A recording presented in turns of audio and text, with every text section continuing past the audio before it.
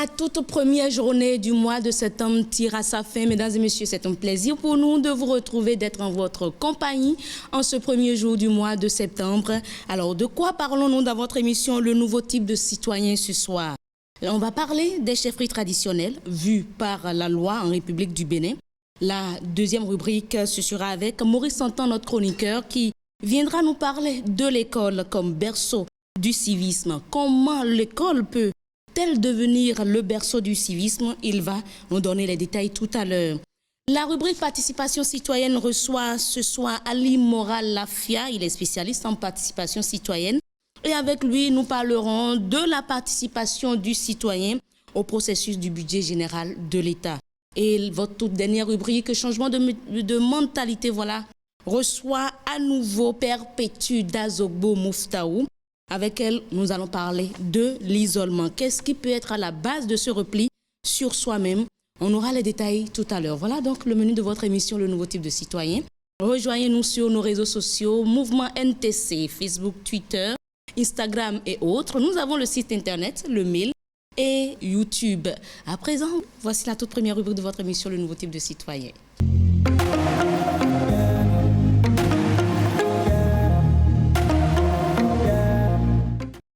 Alors, qu'entend-on par chefferie traditionnelle, mesdames et messieurs? Quel est son rôle et existe-t-il une loi qui réglemente le statut de chefferie traditionnelle dans notre pays? Nous aurons toutes ces informations juste après ceci.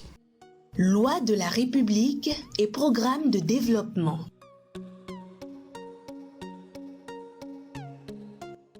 La chefferie traditionnelle vue par la loi en République du Bénin. Qu'entend-on par chefferie traditionnelle? La chefferie traditionnelle est une institution de l'administration territoriale qui veille à la sauvegarde des us et coutumes. Le Bénin attribue de grandes valeurs aux us et coutumes car ils nous définissent et nous confèrent une identité spécifique. La loi numéro 2019-40 du 7 novembre 2019 portant révision de la loi numéro 90-32 du 11 décembre 1990 portant constitution de la République du Bénin l'a introduite dans la Constitution modifiant son article 151-1 qui dispose que l'État reconnaît la chefferie traditionnelle gardienne des us et coutumes dans les conditions fixées par la loi.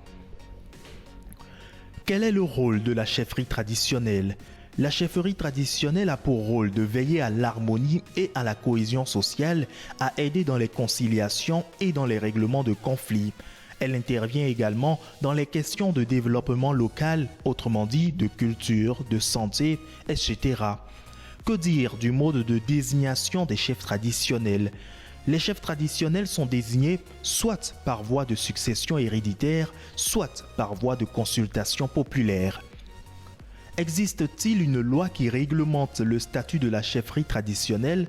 Au Bénin, il n'existe pas encore de loi qui réglemente le statut des chefferies traditionnelles. La chefferie traditionnelle ne dispose pas encore de statut juridique. Il y a un défaut de loi pour mieux organiser la royauté béninoise. C'est dans ce cadre qu'une commission a été installée par le chef de l'État pour étudier les tenants et aboutissants des actes à prendre pour réformer entièrement la chefferie traditionnelle et l'amener à jouer pleinement son rôle pour le développement et la stabilité du Bénin. Où se procurer les textes qui abordent la chefferie traditionnelle en République du Bénin?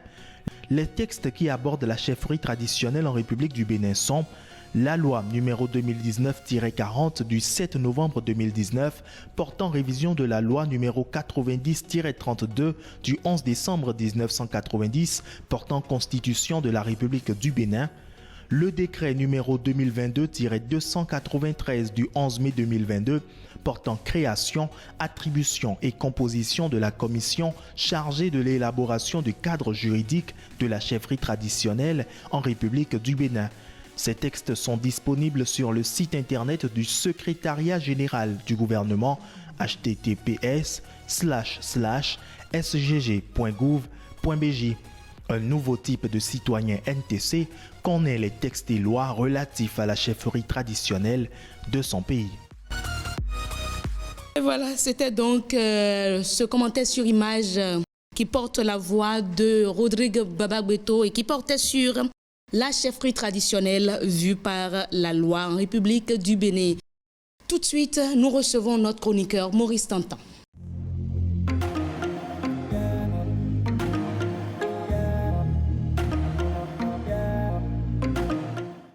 Maurice Tantan, bonsoir, merci d'être avec nous ce soir, en ce premier jour du mois de septembre.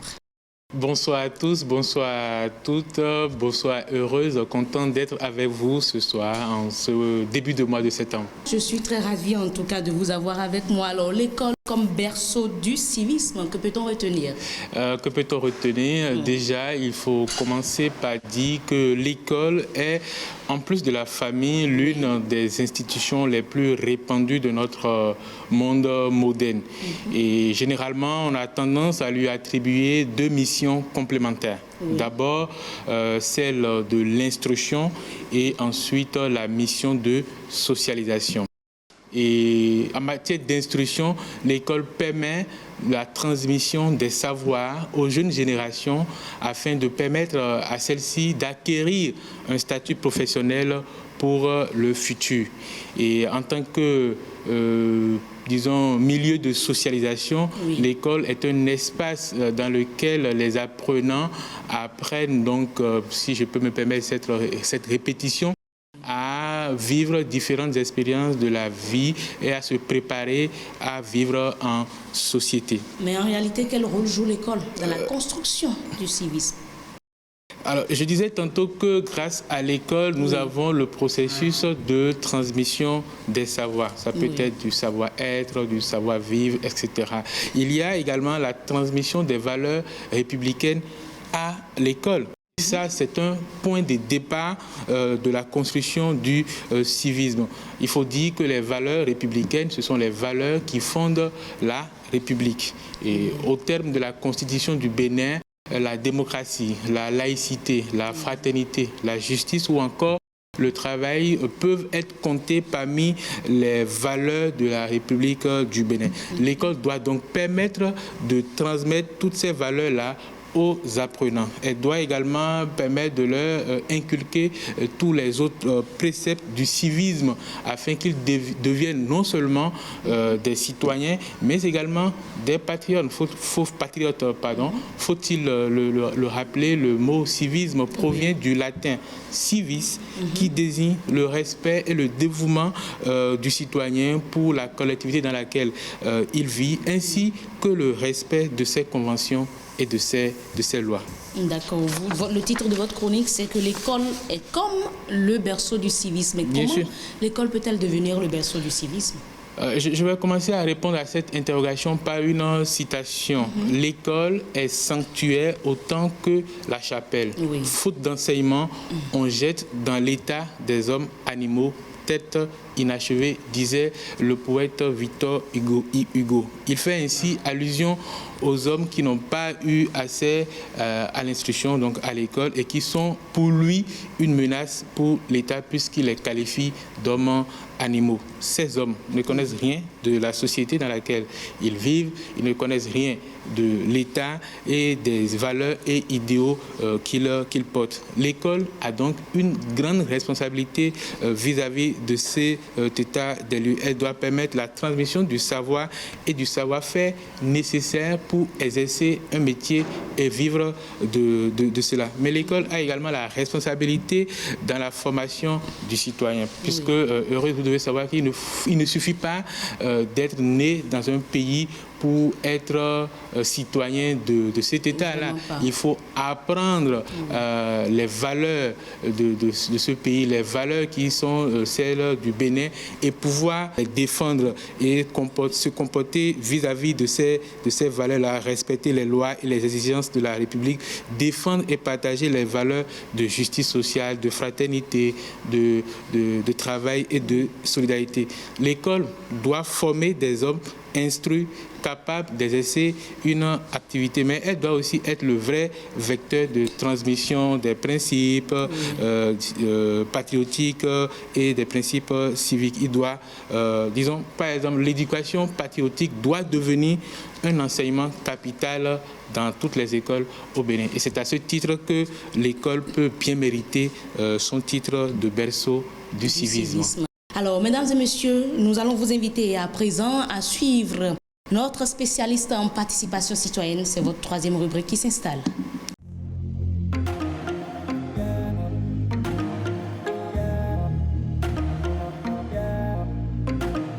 Qu'est-ce que le budget général de l'État? Les citoyens ont répondu à cette question et elle est posée d'ailleurs par Inès Kwasi Nanga.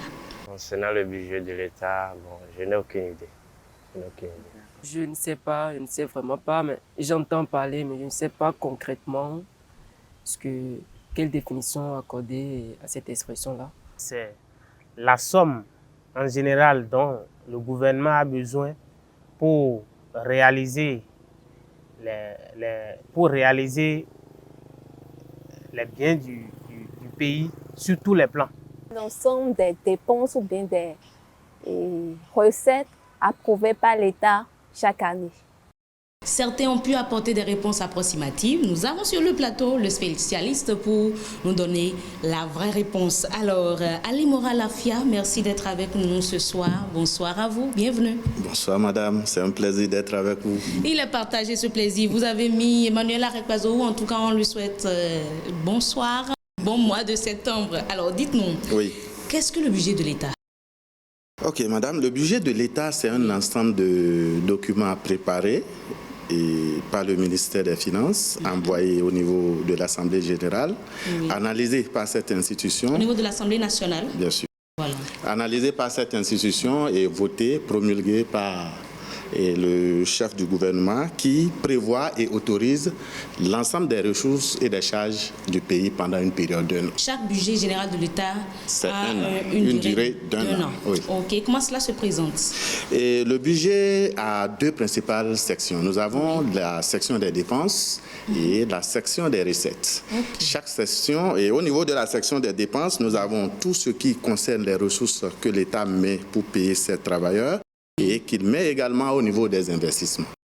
Voilà, et ça c'est la section dépenses. La section recettes, c'est tout ce qui concerne tout ce qui est fiscalité, c'est-à-dire tout ce qui est taxes qui sont récupérées par les acteurs de l'État. Il y a des taxes fiscales et non fiscales. C'est l'ensemble de ces deux-là qui constituent ce que nous pouvons appeler les recettes de l'État. Voilà. Et vous avez commencé par en parler, qu'après Constitution, c'est envoyé à l'Assemblée nationale pour adoption. Oui. Comment l'adoption là se passe? Chaque ministère passe généralement devant vos écrans de télé pour soutenir son budget au niveau de l'Assemblée nationale. Donc c'est un exercice du genre. L'Assemblée recueille toute cette paperasse-là, essaie de voir la conformité de l'ensemble de ces documents par rapport aux besoins prioritaires de la nation et procède à un vote. Voilà, procède à un vote. C'est suite à ce vote maintenant que le chef de l'État prend une décision pour promulguer ce budget de l'État et puis dès lors, il entre en exercice. Voilà. Alors, nous allons retourner le micro à Inès Kwasi Nanga et les citoyens qui sont à ses côtés pour savoir comment, selon eux, le citoyen peut participer. Est-ce que le citoyen a des possibilités de participer au processus d'élaboration du budget général de l'État? Le citoyen peut aider à l'élaboration et à l'adoption du budget de l'État. Nous devons payer nos taxes, nos impôts, les impôts, afin d'aider l'État à réaliser son œuvre. Le citoyen doit payer ses taxes, ses impôts et protéger les infrastructures. C'est la contribution que chaque citoyen apporte pour payer ses impôts, les TVA. Nous avons le spécialiste qui va nous donner plus de détails. Comme je le disais tantôt, ils ont essayé d'apporter ce qu'ils savent comme information à ce propos. Alors, est-ce que le citoyen a des possibilités de participer au processus d'élaboration du budget général de l'État? Bien sûr que oui, le citoyen a de grandes possibilités, surtout les citoyens organisés au sein des organisations de la société civile. Donc, sur l'ensemble de ces étapes, le citoyen a la possibilité quand même de participer à 8. Sur 16 étapes. Sous 16, oui. Nous avons la toute première entre le mois de janvier et de mai. Et le gouvernement recueille les besoins. les aspirations des communautés, et ceci se fait par le biais des organisations de la société civile. Dans ce même mois de mai, il y a la publication des grandes tendances du cadre de dépenses à moyen terme.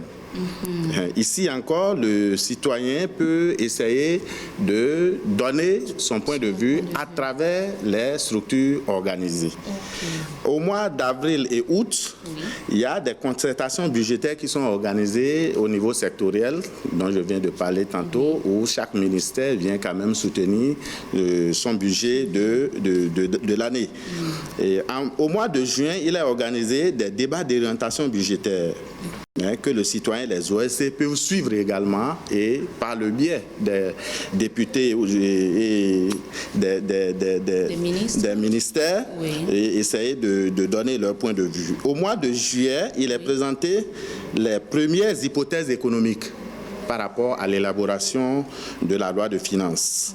En octobre, le ministère des Finances organise des rencontres de presse pour présenter de façon succincte les orientations politiques de l'année à venir. Donc normalement en octobre prochain, on doit en avoir.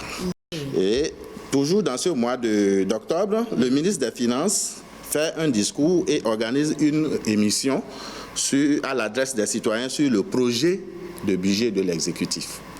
Et enfin, dans le mois de novembre et décembre, le Parlement organise une audience publique avec les responsables des centrales syndicales et des organisations de la société civile par rapport au budget à venir. Ok, mais très rapidement, est-ce que le citoyen qui nous suit, qui n'est dans aucune association, en tout cas aucune organisation de la société civile, comment pourra-t-il participer à cela? Bon, actuellement, par exemple, dans le mécanisme que les OSC exploitent pour recueillir les besoins et les contributions des citoyens, il y a sur toute l'étendue du territoire, sur les 77 communes du Bénin, il y a ce que nous appelons les cellules de participation citoyenne qui travaillent à recueillir l'ensemble de ces besoins-là, qui en font une synthèse et qui font remonter au niveau des organisations chargées de faire ce plaidoyer au niveau de l'Assemblée nationale, avant même le vote. Ok. Voilà. D'accord.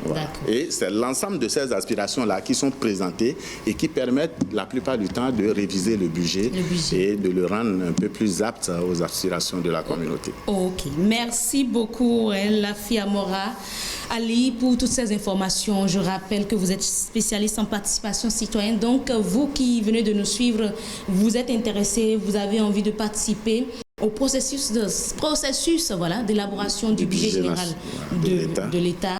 Il vous suffit de vous rapprocher de votre commune, de demander s'il y a une cellule de participation citoyenne dans cette commune-là, et vous leur donnez votre avis. Et là, vous avez valablement contribué à l'élaboration du budget général de l'État de votre nation. Voilà. Alors, mesdames et messieurs, nous vous invitons à nous rejoindre sur les réseaux sociaux, Mouvement NTC, Facebook, Twitter, Instagram. La chaîne YouTube également, Mouvement Nouveau Type de Citoyen. Nous avons le mail et le site internet et le numéro WhatsApp 97 41 42 67 qui est ouvert. Et vous pouvez nous appeler, vous pouvez également nous envoyer des messages, des SMS et autres. Voici à présent la toute dernière rubrique, oui ça va vite, la toute dernière rubrique de votre émission Le Nouveau Type de Citoyen.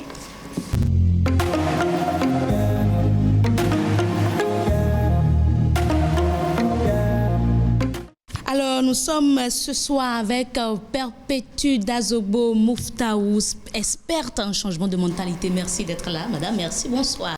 Bonsoir, heureuse, et merci de m'accueillir à nouveau. C'est un plaisir, surtout que le thème que nous allons aborder, c'est un thème que je trouve vraiment capital, qui va intéresser beaucoup de nos citoyens. Vous savez, dans la vie, il y a des événements ou des phénomènes qui nous font ou nous défont.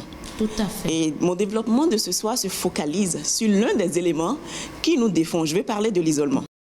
Donc l'isolement, selon le dictionnaire Larousse, est défini comme la séparation d'une personne ou d'un individu ou d'un groupe d'individus des autres membres de la société.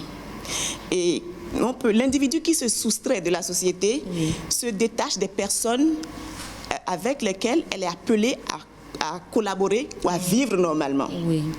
Mais il y a aussi des cas où la personne vit avec vous tous les jours, mais son cœur vous est hermétiquement fermé. C'est vrai. Et plusieurs raisons poussent les êtres humains à s'isoler, comme par exemple les blessures causées par leur entourage, la peur d'être jugé, la crainte de ne pas être compris, la colère ou encore les addictions, le complexe d'infériorité ou de supériorité. Ces causes amènent l'individu à penser que c'est légitime de s'isoler, mais que l'isolement soit externe ou interne, que ce soit l'isolement physique ou l'isolement du cœur, celui qui s'isole en réalité se cause beaucoup de problèmes. Il peut arriver qu'il cause des dégâts dans sa propre vie ou dans la vie des autres. Quand nous prenons par exemple l'isolement du cœur au sein de la famille, les parents vivent avec leurs enfants et pensent les connaître parfaitement. Mais il s'est avéré qu'à des moments donnés, les enfants sont tout sauf ce que les parents pensent qu'ils étaient en réalité. Les cœurs de ces enfants sont déjà séparés, isolés de leurs parents. Mais les parents ne se sont pas rendus compte de cette réalité. C'est ça. En 2020, j'avais accompagné mon petit garçon à l'examen du CEP. Et j'ai vécu un fait qui m'a vraiment choquée. Parce qu'il y a un candidat qui ne voulait pas repartir dans la salle de composition.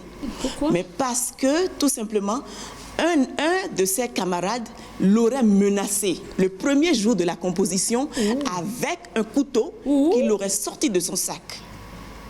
Quand même. Mais quand l'école a interpellé la famille de ce jeune garçon, parce que quand on parle de CEP, c'est 10 ans, 11 ans. Bien sûr. Les parents étaient abasourdis d'apprendre que leur petit enfant a pu garder de couteaux sur lui et pire, menacer un camarade de classe avec ce couteau. Donc les cœurs des fois sont séparés, mais les parents ne le savent toujours pas. Vraiment.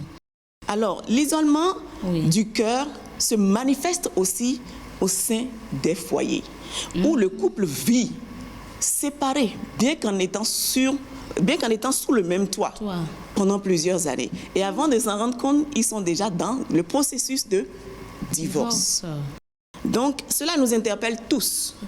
Et c'est en considérant des événements ou des situations comme celles que j'ai énumérées tout à l'heure, que l'écrivain espagnol, Miguel de Unamuno, nous dira que l'isolement est le pire des conseillers.